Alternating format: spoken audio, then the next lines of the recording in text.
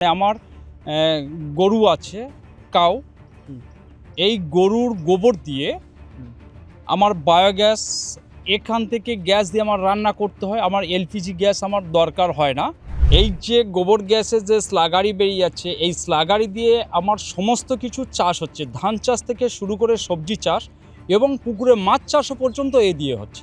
আমার বাইরে থেকে কোনো केमिकल सार और पेस्टिसाइड हमारे यूज करते हैं। ये तो पूरा हरा है, आप कैसे ये पका होगा? मतलब देखने से बिल्कुल भी नहीं लग रहा है कि ये केला पका होगा, लेकिन काफ़ी शानदार, काफ़ी ऑर्गेनिक और ये पहला एक्सपीरियंस है मेरे लिए कि इस तरीके से पका हुआ केला हम पेड़ से तोड़कर खा रहे हैं।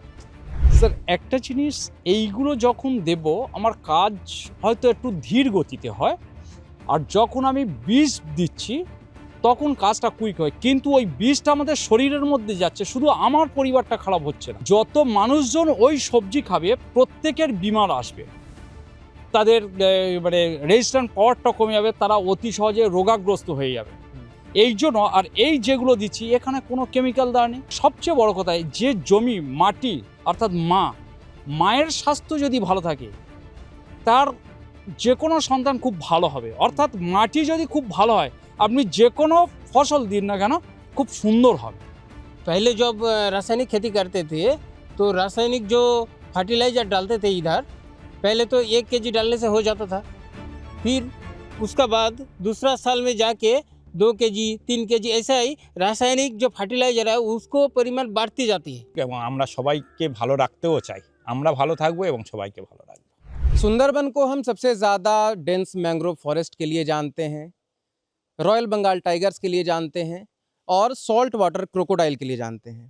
लेकिन जब हम इसी सुंदरबन के गाँव में घूम रहे थे तो हमें एक बहुत ही अनोखी चीज़ देखने को मिली, और वो ये कि यहाँ के गाँव के जो लोग हैं वो धीरे धीरे पेस्टिसाइड्स का इस्तेमाल करना उन्होंने छोड़ दिया है, कीटनाशक वो नहीं डालते हैं, अब वो पूरी तरीके से ऑर्गेनिक फार्मिंग पे शिफ्ट हो गए हैं। और कई सारे जो आपको गांव हैं, कई सारे जो परिवार हैं, उनके घरों के सामने आपको दिखेगा एक बायोगैस दिखेगा, सबके पास अपना एक पॉन्ड होगा, और जो वो खेती करते हैं उस खेती में बिल्कुल भी कीटनाशक का इस्तेमाल नहीं करते हैं, और ये धीरे धीरे एक ट्रेंड की तरह ये बढ़ता जा रहा है। तो हमें ये चीज़ बहुत ही अनोखी लगी, क्योंकि उपज के लालच में कई बार हम देखते हैं कि लोग पेस्टिसाइड्स का इस्तेमाल करते हैं, तरह तरह के केमिकल्स डालते हैं, जिसके कारण बहुत सारे हेल्थ इम्प्लीकेशंस भी होते हैं। लगातार हम खबरों में चीज़ों को देखते हैं, समझते हैं। भैया, क्या नाम है आपका, और आप थोड़ा सा बताएंगे कि ये सब चीज़ें कैसे शिफ्ट हुई, कैसे क्या चीज़ें कब से आप लोग कर रहे हैं? क्या नाम है आपका? मेरा नाम पिंटू कुमार पुरकाइत। এগুলো মানে এই যে আমি বায়োগ্যাস করছি, মানে আমার গরু আছে কাউ এই গরুর গোবর দিয়ে আমার বায়োগ্যাস এখান থেকে গ্যাস দিয়ে আমার রান্না করতে হয়। আমার এলপিজি গ্যাস আমার দরকার হয় না।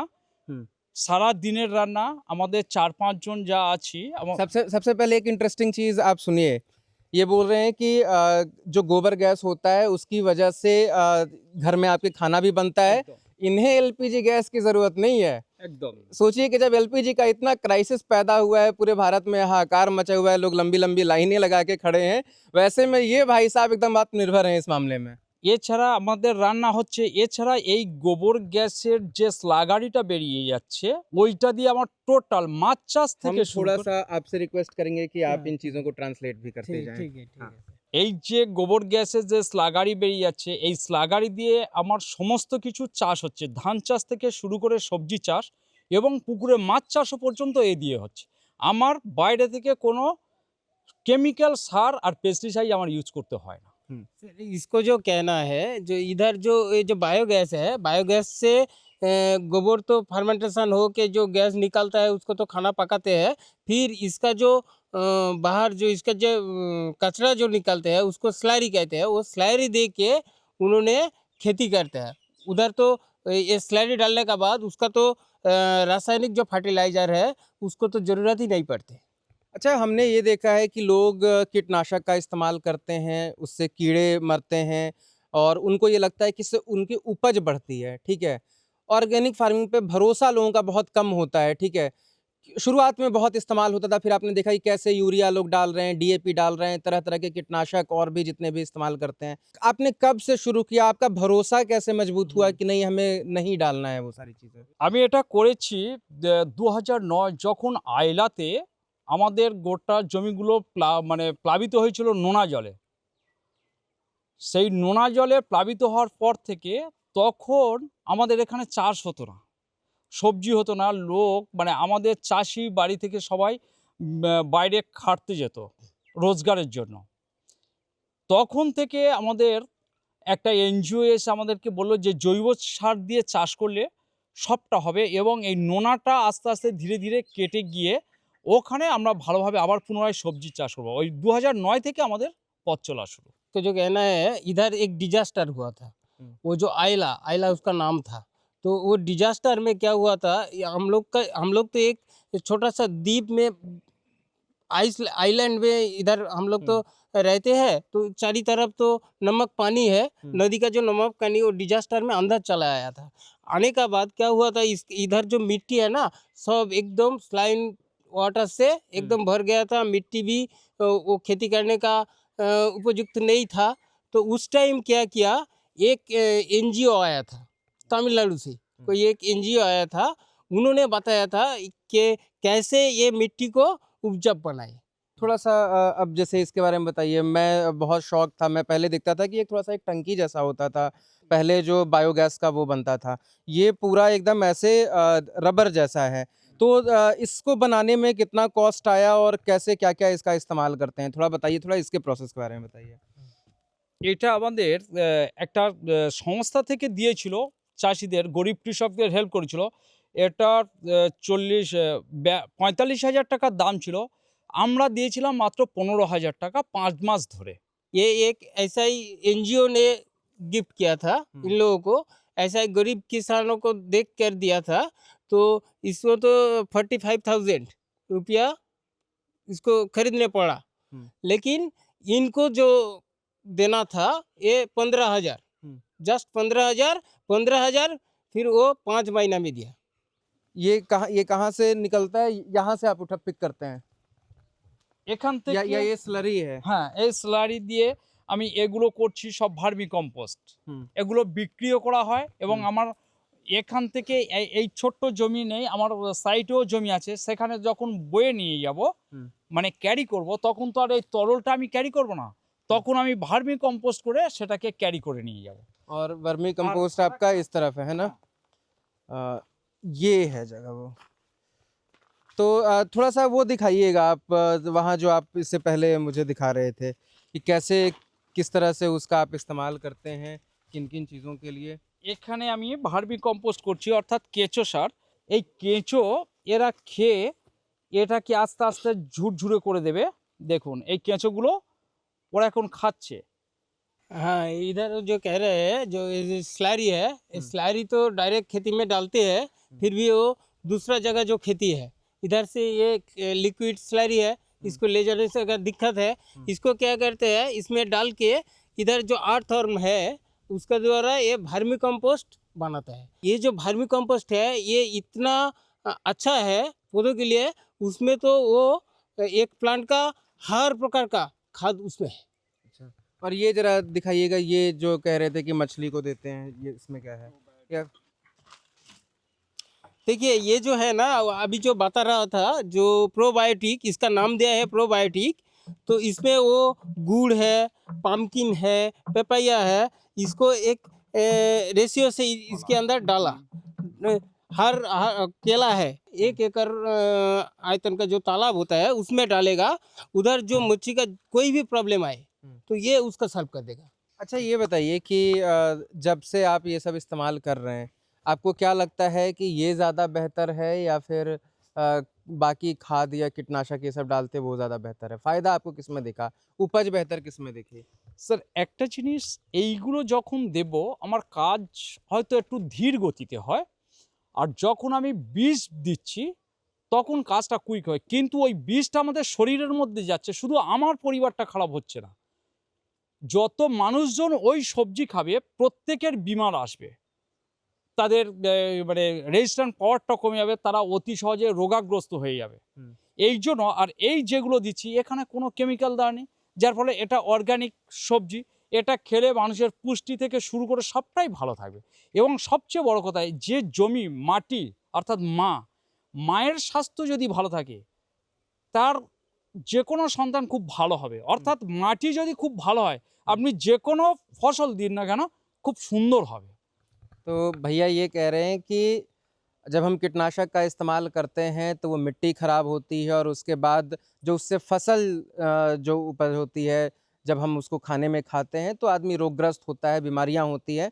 और उसके बाद इन्होंने उदाहरण दिया कि अगर एक माँ स्वस्थ होती है तो उसके बच्चे भी स्वस्थ होते हैं। मतलब अगर मिट्टी अच्छी होगी तो फसल अच्छे होंगे और मतलब उससे आपको रोग बीमारी का खतरा नहीं रहेगा। तो इनकी पहली प्रायोरिटी ये है। इन्होंने सीधे तौर पे ये कह दिया कि उपज ज़्यादा होना ना होना ये एक अलग चीज़ है, हम इस तरह की खेती से संतुष्ट हैं क्योंकि हम ये करके स्वस्थ हैं। हाँ सर, यही कह रहे हैं। फिर उसका साथ और एक बात, सबसे बढ़िया बात कहा उन्होंने कि हम जब रासायनिक खेती करते हैं ना, उधर जो कीटनाशक डालने जाता है, वो कीटनाशक क्या होता है, जब एक फार्मर, एक कृषक जब कीटनाशक डालते हैं ना, उधर जो हवा है, वो हवा में वो कीटनाशक फैला जाता है, वो भी सांसों के अंदर उसको शरीर में जाता है। फिर भी उसका जो रोग है, ये रोग के अंदर से उसका शरीर में जाता है, वो डायरेक्टली एकदम डायरेक्टली वो जो कीटनाशक है उसका बदन पे जाता है।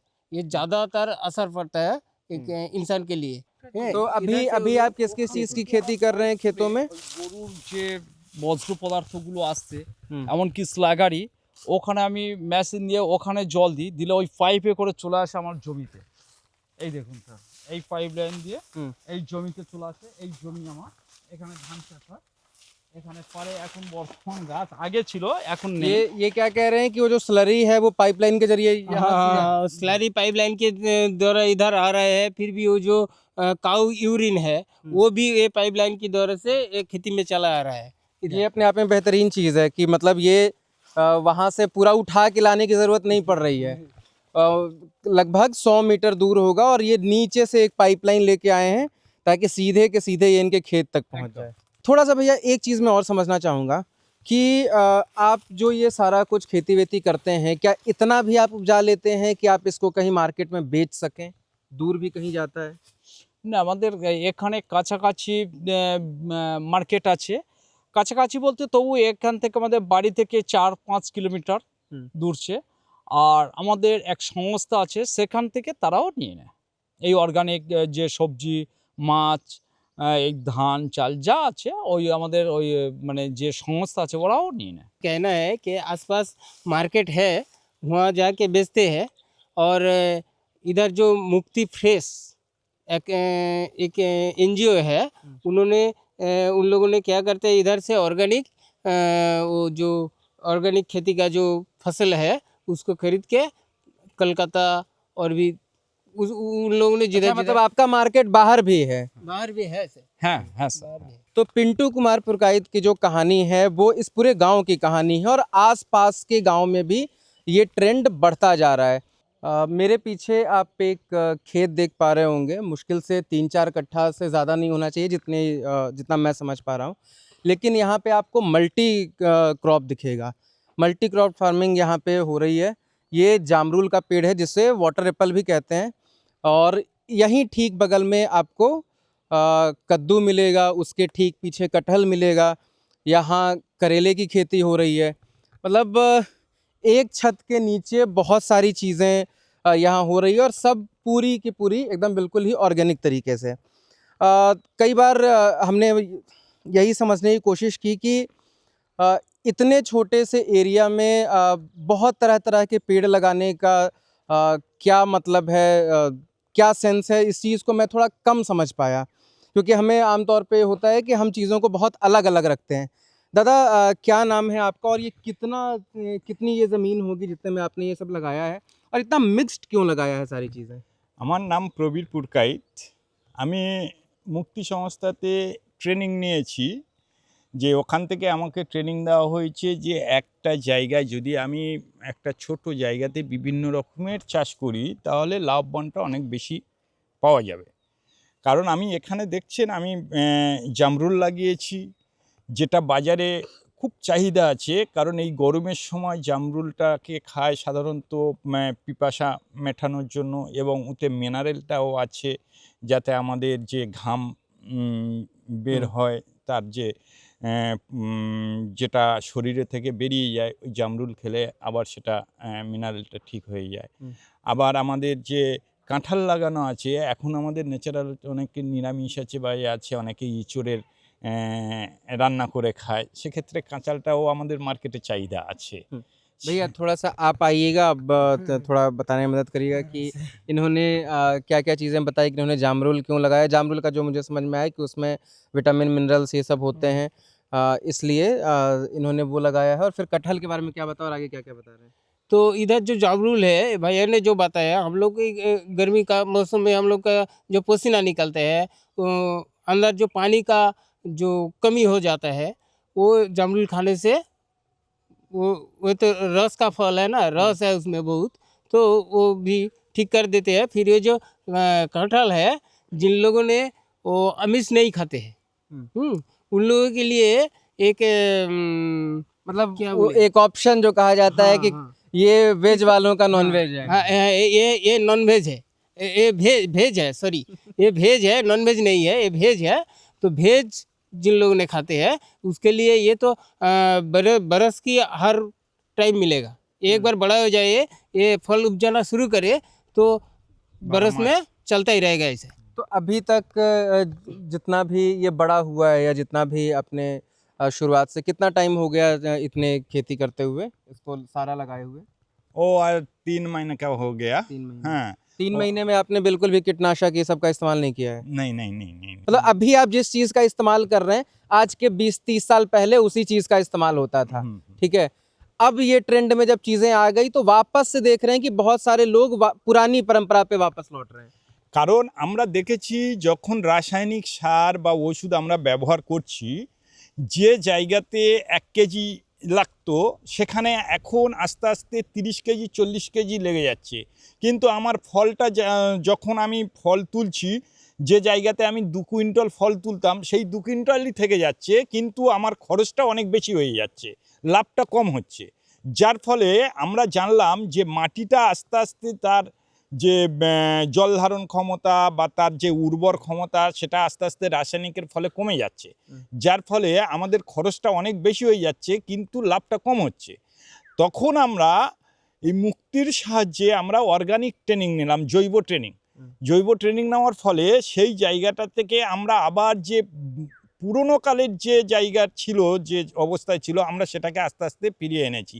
এই জায়গাটা আজ 20 বছর আমি কোনো রাসায়নিক সার ব্যবহার করিনি, অথচ ফল পাচ্ছি এবং লাভবানটা আমরা অনেক বেশি হচ্ছে। কারণ আমার 1 বিঘে জায়গাতে হয়তো দেখা যাচ্ছে আমি করলা দিয়েছি, সেখানে খরচ হচ্ছে 30-35 হাজার টাকা 1 বিঘা জায়গাতে। কিন্তু এখন অর্গানিকে আমি যখন আগে করতাম 30-35 হাজার খরচ করে 50 হাজার টাকা বিক্রি করতাম, তাহলে আমার লাভটা 15 হাজার টাকার মতো ছিল। इस चीज़ को मैं थोड़ा समझ गया कि इनका ये कहना है कि जब आप केमिकल का इस्तेमाल करते हैं, पेस्टिसाइड्स का इस्तेमाल करते हैं, तो 35,000 रुपये इन्वेस्ट करके अगर आप 50,000 का बेचते हैं तो आपके पास 15,000 रुपया होता है। इनका ये कहना है कि जब ये ऑर्गेनिक तरीके से करते हैं तो इनका इन्वेस्टमेंट इतना कम होता है कि लाभ उससे ज़्यादा हो जाता है। भले ये कम का बेचें, लेकिन इनका इन्वेस्टमेंट काफ़ी कम है, यही ये कहना चाह रहे हैं। और ऊपर से स्वस्थ है वो अलग, मतलब इन्वेस्टमेंट कम तो रिटर्न कम है, तो कोई दिक्कत नहीं है। हाँ सर, स्वीट कॉर्न अलग होता है थोड़ा? हाँ हाँ, 3 चीज़ में होता है।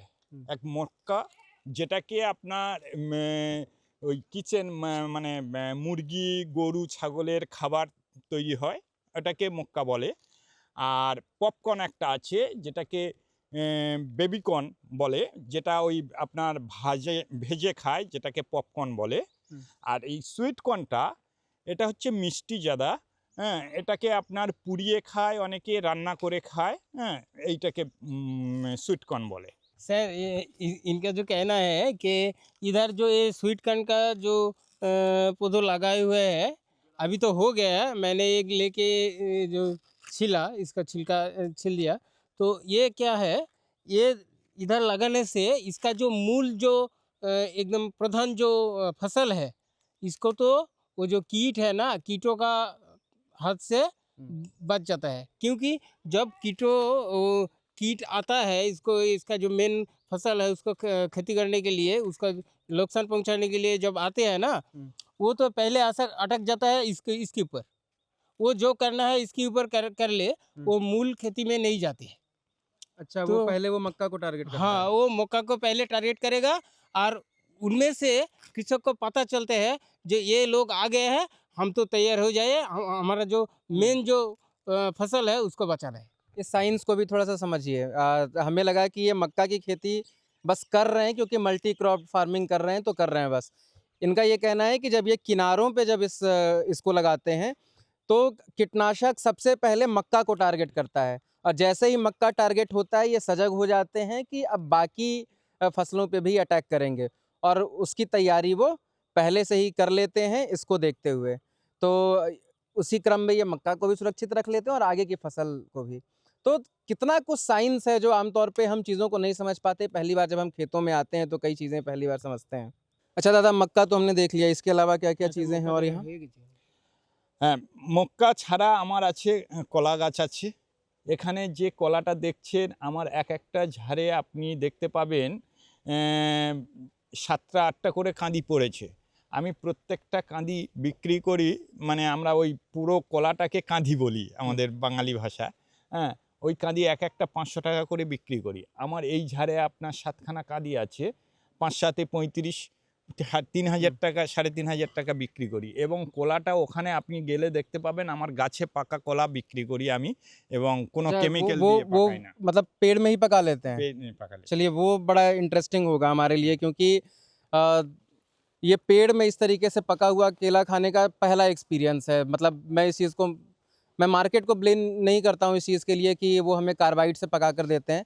ये हमारे घरों का भी प्रैक्टिस है कि अगर घर में भी कभी अगर केला तोड़ा जाता है तो वो कच्चे में तोड़ लिया जाता है और उसके बाद उसे कार्बाइड से पकाया जाता है। लेकिन ये बहुत ही एक अलग चीज़ है कि आदमी जिस भाव से इस खेती को कर रहा है उसके प्रति बहुत ही ईमानदार है ना, कि हमें केमिकल का इस्तेमाल नहीं करना है तो नहीं करना है, पेड़ में ही उसे पकने देना है और ये तमाम चीज़ें।